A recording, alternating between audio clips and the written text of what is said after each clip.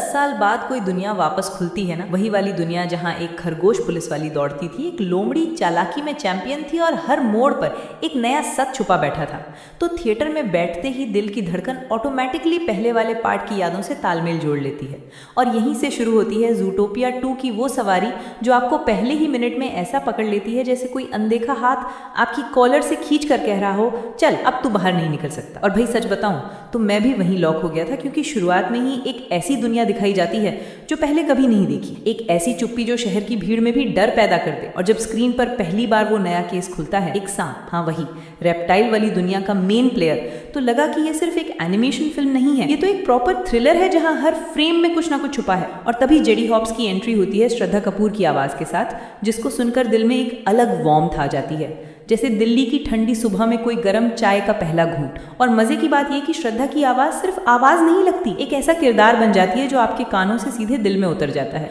और जिस तरह इस फिल्म में हिंदी के डायलॉग्स बहे हैं ना, सर कटा विलन कुंडी नहीं खटकाएंगे, सीधा अंदर आएंगे, तो ऐसा लगता है जैसे एनिमेशन नहीं, दिल्ली की किसी लोकल गली से निकला कोई तेज तर्रार पंच लाइन दिमाग में घुस गया हो। और कहानी जैसे जैसे आगे बढ़ती है ना, वो सांप वाला केस सिर्फ केस नहीं रहता, एक पूरा रहस्य बन जाता है जो धीरे धीरे परतें खोलता है, जैसे कोई पुरानी फाइल जिसे खोलते वक्त आपको लगता हो कि इसके पन्नों में धूल नहीं, खतरा भरा हुआ है। और पीछे पीछे चलते हैं ढेर सारे ईस्टर एग्स, डिज्नी की दूसरी फिल्मों के छोटे छोटे इशारे जो एक एनिमेशन लवर का दिल खींचकर बाहर रख देते हैं और हर बार आपको एक चीज याद दिलाते हैं कि दुनिया चाहे कितनी भी फेक हो, कहानी अगर दिल से कही जाए तो असली लगती है। और भाई इस फिल्म में एक चीज बार बार हिट करती है, ये केवल बच्चों वाली फिल्म नहीं है, इसमें ह्यूमर उतना शार्प है जितना दिल्ली की सर्दी में किसी के हाथ पर लगने वाली हवा, और एडवेंचर उतना तगड़ा जितना पहली बार किसी अनजान गली में जाकर आपको डर भी लगे और एक्साइटमेंट भी। और जब बीच में वो ट्विस्ट आता है, वो वाला ट्विस्ट जो आखिरी आधे घंटे तक आपको सांस रोकने पर मजबूर कर देता है, तो आप सीट पर थोड़ा आगे झुक कर देखते हो,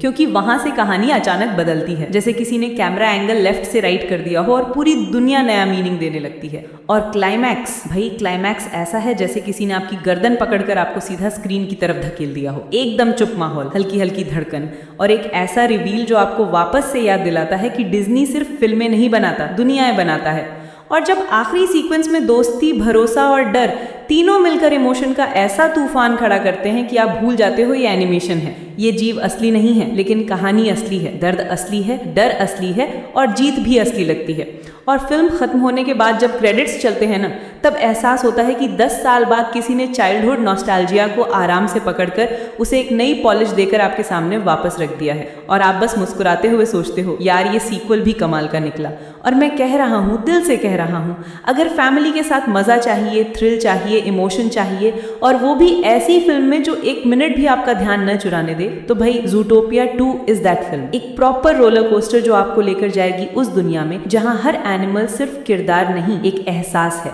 और जहां जेडी हॉप्स की